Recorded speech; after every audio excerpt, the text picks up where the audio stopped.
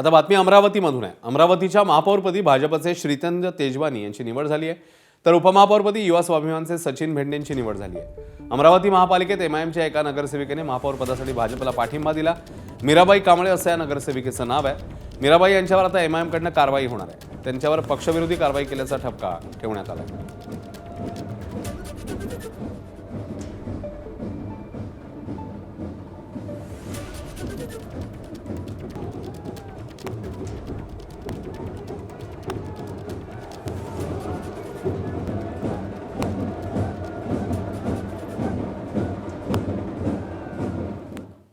आता जाऊया नाशिकमध्ये। नाशिकमध्ये मनसेने चक्क शिंदेना साथ दिली आहे। शिवसेना आणि भाजप युतीचं घोंगडं भिजत पडलेलं असतानाच शिवसेना मनसे असं नवीन समीकरण उदयाला आलंय। शिवसेना मनसे आघाडी असं युतीचं नामकरण झालं। नाशिकमध्ये मनसेच्या मयुरी पवार या एकमेव नगरसेविका विजयी झाल्यात। शिवसेनेचे 26 नगरसेवक आहेत। मनसेला सोबत घेतल्यानं शिवसेना आणि मनसे यांचा मिळून एक सदस्य स्थायी समितीवर वाढणार आहे। मात्र ठाकरेंच्या शिवसेनेसोबत निवडणूक लढण्यावर आता मनसेच्या एकमेव नगरसेवकाने सत्ता स्थापनेआधी शिंदेंची साथ दिली आहे, त्यामुळे राजकीय चर्चा न उधाण आलं। स्थायी समिती, प्रभाग समिती, स्वीकृत नगरसेवक आणि पालिकेतील विविध समित्यांची राजकीय समीकरणं त्यामुळे नक्कीच बदलणार आहे।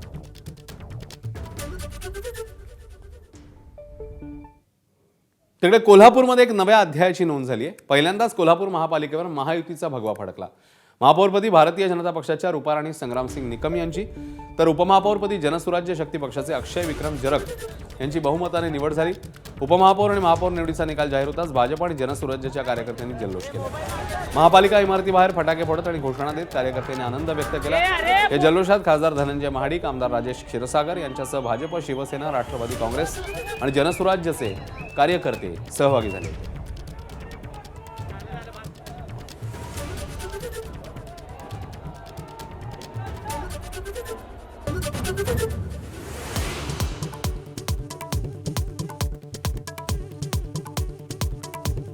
मराठवाड्यातले 9.5 लाख शेतकऱ्यांची ई-केवायसी प्रक्रिया अपूर्ण। 8,733 कोटींची नुकसान भरपाईची रक्कम पडून मार्च अखेरपर्यंत ई-केवायसी पूर्ण करण्याचं विभागीय आयुक्तांचं आवाहन।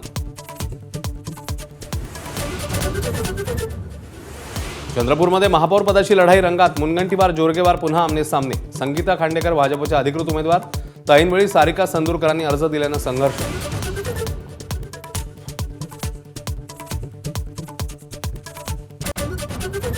नाशिकमध्ये वेगळी समीकरणं जन्माला। महापौर पदासाठी भाजपचा मार्ग सुकर असतानाच मनसेचा एकमेव नगरसेवक शिंदेंसोबत आघाडीत। सत्ता स्थापनेच्या आधीच्या घडामोडींनी चर्चांना उधाण। राज्यसभेच्या 7ही जागा बिनविरोध होण्याची शक्यता। सध्याच्या संख्येनुसार मवियाला 1 जागा मिळण्याची अपेक्षा, तर पवारांनी मैदानात उतरावं, आम्ही निवडून आणू, राऊतांची ऑफर। अजितदादांच्या अपघातग्रस्त विमानात बॉम्ब होता का? खासदार बजरंग सोनवणेंकडून शंका उपस्थित, तर संपूर्ण घटनेचं सीसीटीव्ही चेक करा, आमदार अमोल मिटकरींची मागणी। शरद पवारांचे 2022 मध्येच एनडीएमध्ये सहभागी होण्याचे प्रयत्न। मंत्री संजय शिरसाट यांचा खळबळजनक गौप्यस्फोट। खात्यांसंदर्भात चर्चा झाल्याचाही दावा। काही जण बायकोला जिल्हा परिषद अध्यक्ष करण्यासाठी गुडघ्याला बाशिंग बांधून बसलेत। त्यांचा टांगा पलटी घोडे फरार करू। शिवसेनेचे तानाजी सावंत यांचा राणा जगजितसिंह पाटील यांच्यावर निशाण।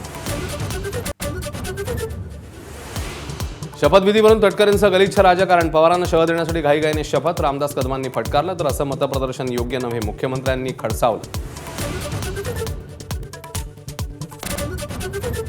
छत्रपती संभाजीनगरमध्ये उपमहापौर उमेदवारावरून नाराजी नाट्य। शिंदेंच्या आदेशावरून राजेंद्र जंजाळ मैदानात, तर संजय शिरसाट यांच्या गटाचा मात्र त्यांना विरोध।